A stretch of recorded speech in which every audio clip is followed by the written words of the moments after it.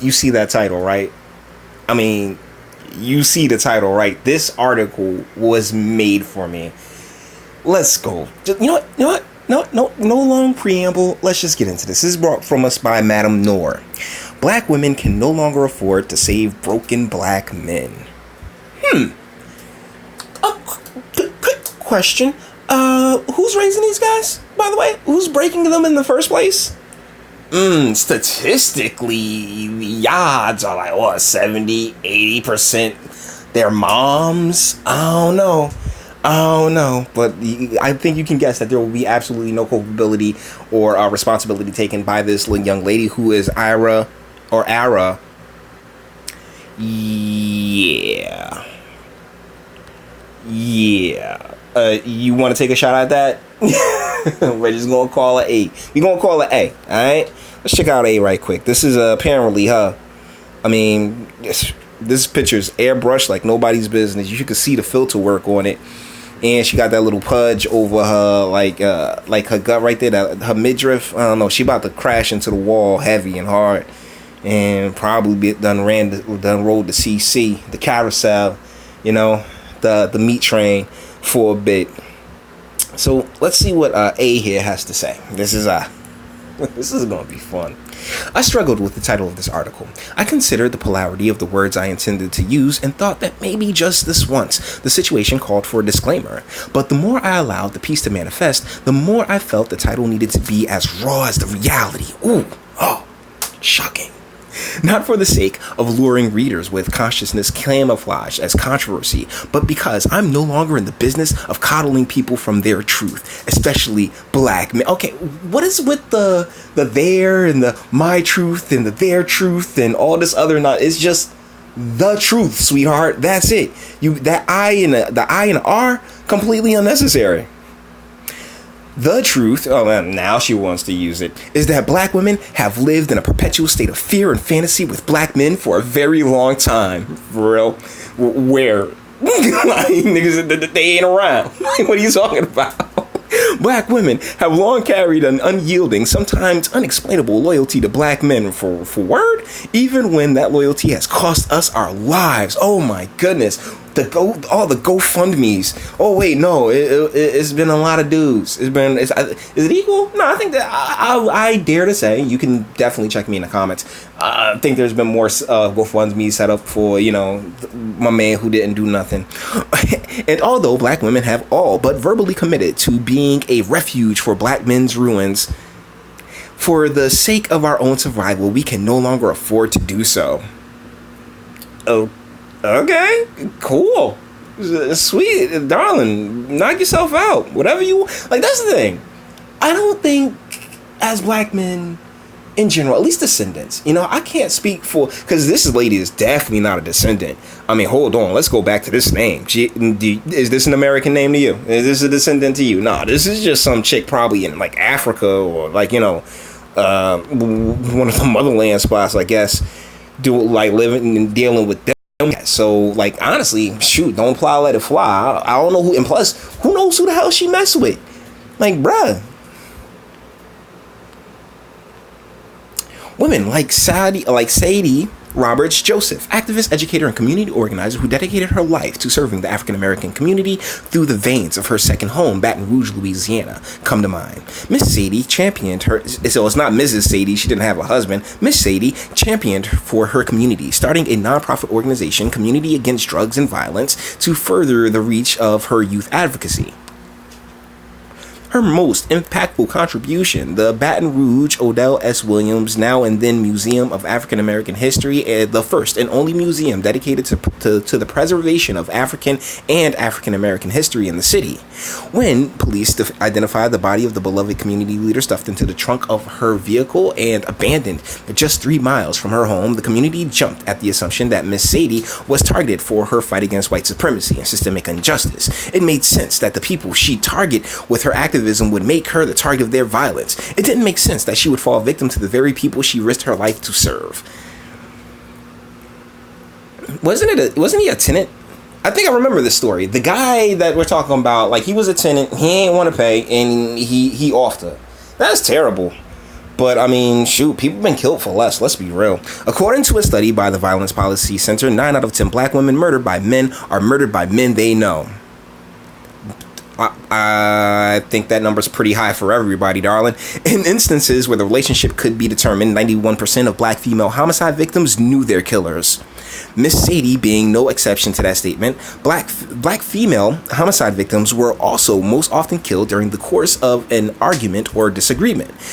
Like Mary Unique Spears, 27-year-old mother of 3 who was shot and killed outside of a funeral reception in Detroit after arguing with a man who became enraged after her refusing his advances. Yeah, I mean, but that's the thing. Yeah, there's dudes that are like that. That's messed up. That they really should know how to, properly approach. I mean, if not approach for effect, know how to take the no. I'm all for that. Like, definitely know how to take the no. But once again, this is something that happens to all races. I mean, what was the dude? What's his name? It's not coming to mind. But he's the boy, the main Elliot Rogers. There we go.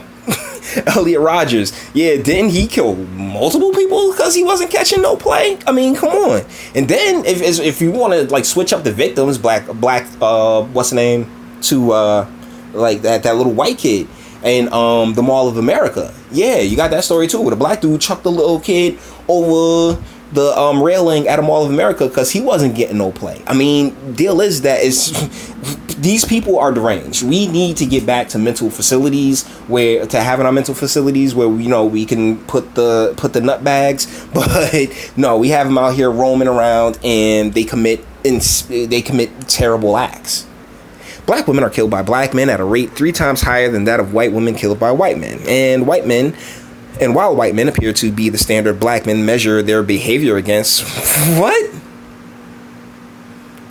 Wow, that's offensive. Like, how about it's the measure of which one lived, decent, polite society? What the hell are you talking about? Like, being polite ain't white. Being polite and nice is just being polite and nice. These are traits of a good person, not a white person or a black person or a green person or a blue person. My goodness. Like when conversations about R. Kelly turn into pity parties about how white men get to be pedophiles with impunity, this particular comparison seems to never make the docket.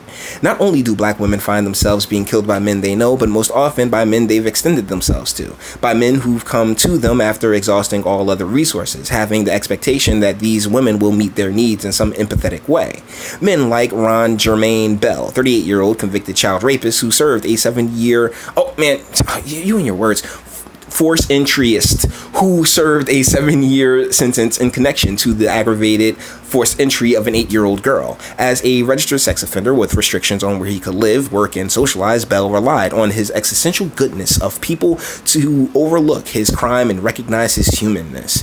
Had it not been for Miss Sadie allowing Bell to rent an apartment in one of her properties, Bell would have likely struggled to secure housing while branded by his scarlet letter. But Miss Sadie chose compassion, if only the same luxury had been afforded to her. But I mean, we're talking about a child forced interest. So I mean, I hate the victim blame, but sweetheart, there was a risk. All right, a fresh out of jail, this such person, child forced interest. What Miss Sadie and many black women fail to realize is that you cannot help people who are committed to hurting, whether that's hurting other people or hurting themselves. Black women are socialized to see mistreatment from others as an obstacle, not an omen. We're raised seeing our brothers and cousins coddled through their dysfunction while we receive tips on how to best cope with it later. We create generations of black women who feel obligated to repair broken black men. No, sweetie, you love them. No. That's the man that you choose to love. That's the man that you like. I mean, like I said, I'm not trying to victim blame Miss Sadie, but she chose to allow him into her into her space. I mean, and that's the thing. If the circumstances had been the same with a Caucasian child force interest, their the risk would still be equal. It would still be the same. And you saying here painting this, oh well, you know, just these generations of black men. The deal is that you're sitting there, you see your brothers and cousins coddled through their dysfunction, right? Deal is that who bore them into their dysfunction? Who was mainly responsible for them? And I know Ira here, or A, would sit here and say, oh no, it's like, you know, their father's faults for leaving and stuff like that. You know what? I'm not even willing to like play that game anymore, because it's just too often now. It's way, like, I mean, you know, one time's a mistake, but, you know, 4 or 5 thousands, millions of times draws a pattern. Millions, like the thousands of people born into broken circumstances. I mean, come on. And it's not just black, it's white, like as Americans. I mean, because I assume, like, seeing how this lady with the super long last name is focused here in the her focus of her article here is in the United States. I can't help but feel as if, you know, there's like she's coming at descendants and whatnot, what have you. The deal is that, darling, we make our own choices. We are responsible for those choices. Can you dig it? Now, if you say, hey, I just don't want to mess with black guys anymore, well, power to you. But that doesn't particularly change anyone else's path. We create generations of black women who feel, okay, no, I already said that, who feel obligated to report so much so that many see self-preservation as abandonment or disloyalty. So much so that we will continue to implore one another to hold a black man down, even if it means we're held down in the process, just so we can brag on our unwavering, unrequited support that has garnered us nothing in return. Sweetheart. Oh, we're not going to go into like her next story. Okay, so this is hilarious. Because like I said, there's an abdication of all responsibility of, you know, as far as the collective goes, of their role, of the black woman's role. Black women can no longer afford to rescue wounded black men. Yes, some of us eventually pay with our lives, but these interactions have cost us much more in the interim. We're not just rescuing our intendeds, we're rescuing our brothers, our fathers, our downtrodden male friends. Oh my God. But that's the thing. You can't. That's not your space. You're talking about, oh, we're rescuing, we're saving. You're not a leader, darling. That is not your position. You out of pocket. And that's the thing. Black women been out of pocket for 30, 40, 50 years now. I was just talking to somebody who was asking me, like, yo, like, you know, like, I hate weave. Like, we just can't stand weave. It's something that we're not fans of. And he's like, well, when did that happen? I was like, that's when when the Caucasian narrative, or the Caucasian game plan took over for the black man's game plan, that's when you saw that change. That's when you saw sisters start wearing the weaves and everything else like that, trying to look more like those who they were looking to impress. They weren't looking to impress us anymore. And here she is like, oh yeah, you know what I'm saying? Like, oh my goodness, we can, like, we're just trying to rescue our intent. Like, nah, yo, nah. There's no rescuing. You knew he was a broken piece of shit when you started messing with him. But you thought you could change him. Deal is that this is why fathers used to choose for their daughters. You know? I mean, like, let's be real. This is why, because you can't choose. Because when you choose, you will choose something destructive. You will choose to destroy. You will choose the chaos, darling. 9 times out of 10, not all, hashtag that shit. You know, I'm like, what do you mean? My cousin's third baby's mama? Like, oh, no, I don't want to hear it. I'm just saying is that, ladies, you choose. We're who they call when they need a place to crash. We're who they call when they need a couple of dollars until payday. We're who they call when the people they abandon us for turn their backs. We're who they call when the rest of humanity is refusing to recognize the value of their lives. I've yet to see a straight black man as the forefront of any of this shit, as far as the whole Black Lives Matter and everything, all the corporate nonsense. It's never a straight black man. It's always a gay black dude, or a woman, or a black woman. That's it. Nah, as far as heterosexual, I like vagina, black men, nope. This chick, oh my goodness. Why is it that black women are always first picked for savior, but worthy to no one of being saved? And this goes back into the Jamel Hill video that I did, where I'm saying, like, you are a part of the problem. your mentality that you're a savior somehow, or you like we can't get along without you, or anything else like that, is just, it really has destroyed the American, because this chick is clearly not American, so I don't know what the hell she even talking about. You even sit your ass down. But but she's, like I said, she's dealing here in America, and so like as far as us Americans go, yeah, as black men, no, we don't need you, darling. Like your support means absolutely nothing to us. We can survive. That's what we've been doing this entire time, you know, just with our wits and our skills, and you know, shoot, white girls. So like, yo, I'm just saying, like, yeah, like this is really just the height of narcissism. We're just as disenfranchised as our male counterparts. Are you though? Cause white daddy making sure you getting paid for this article now, ain't he? Serving as parallel sentence in this country of our kidnapping. Our kidnapping, like I said, that name, you are like what you married or something? Cause that name is not an American name. That is not the name of an ancestral slave. All right. Why aren't we and we weren't kidnapped, by the way, dipshit. Like we were sold. Probably by yo folk. So nah, that nonsense. Why are we worthy of support why aren't we worthy of the support that is demanded of a white man? Then put your ass on a pedestal. Let's not play. If this is the trajectory we're going to continue to head down, one where we knowingly risk our lives for bragging rights and close call survival stories, ignoring the red flags and warning signs while cutting ourselves, trying to piece together other people's shards. I went off the ride. Bye. Doses, nigga. Peace. Black women, at some point, we have to choose choose life our own, and regardless of the social backlash that comes along with saying my survival is more important than your rehabilitation. You think she's gonna change him?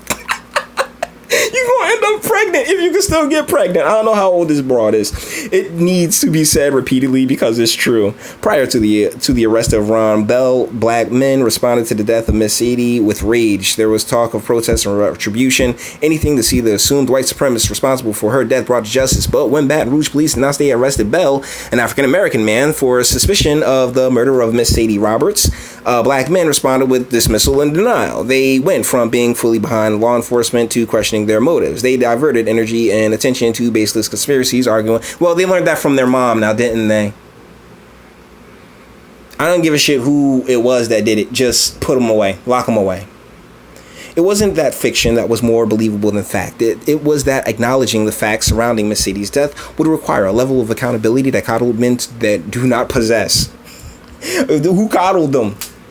Because according to the numbers, the large majority has been their mamas. And the men who lack accountability lack the capacity for change. With that said, if we do not disrupt the pattern on our end, discontinue the buffet of unconditional support and sacrifice, we cannot expect people who are intentional on emptying us to suddenly decide that they've had their fill. Black women are worth protecting, worth preserving, and certainly worth saving. Who better equipped to save us than ourselves? Bye, sweetie. Who cares? Like, look at, you know what, you still a 35%er. Like, yo, yeah, she looked at, yeah, she's still a 35%er. But regardless, sweetie, you are but one of a million. And guess what? You are competing. You do have to now compete with all these other flavors of lady out here. As far as I'm concerned, you're all pink on the inside. So, I mean, where you drop the soil is where you drop the soil. But this right here, man, this is hilarious. They really have this thought of self-worth, this idea of self-worth, and she has no knowledge of the sexual market value, no knowledge of, you know, like any of these other things. She don't care. She's just like, oh my goodness, I see this black lady die, and so, oh, we got to get rid of the black men. No, trust me, you already got beat to the punch, darling.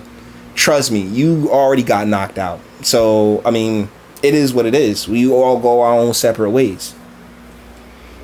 And honestly, the smart black man, the educated black man that you wouldn't give an ounce of time, yeah, he done found that elsewhere. And you're left to deal with the Ray Bells. You know, like that's the type of dude that you'd probably be all over if, you know, he wasn't on his way back to prison. So, come on, sweetheart. Let's not play these games. And that's like, oh my goodness. And once again, let's look at this name. You tell me, yes, this is somebody who came over here from this is a descendant, huh? There's a descendant. They let you keep that word. You had the nicest masters ever. They let you keep the name. I don't know, darling. I don't know. Yo, so with that being said, we're gonna bring this one to an end. All the internet stuff. If you liked it, toss it a like. Dislike it, go ahead, do that too. You know I ain't scared. Come on. Sub if you enjoy my fantastic voice and you want to catch videos like this every single day. Share, because sharing is caring. And speak. Let me know, what do you think in the comments, because this broad right here is delusional if she thinks that, you know, like a man of his right mind. Because I ain't gonna stunt, there's a lot of simps and, you know, weak-willed boys out there, you know what I'm saying, stunting with the pubes. But the deal is that a man of his right mind, trust me, we ain't even checking for you 9 times out of 10, because we got purpose. God gave us our goals. God gave us our purpose, right? So you are but a rib. You know what I'm saying? Like, that's the thing. Like, according to at least the faith I practice most, you know, this right here is a rib. So, you know, shoot, either blather yourself in barbecue sauce or just take your place in your man's cage. Can you dig it? With that being said, till the next one. Oh, wait. No. What do you think? Of what she had to say. That's what I meant. Until the next one.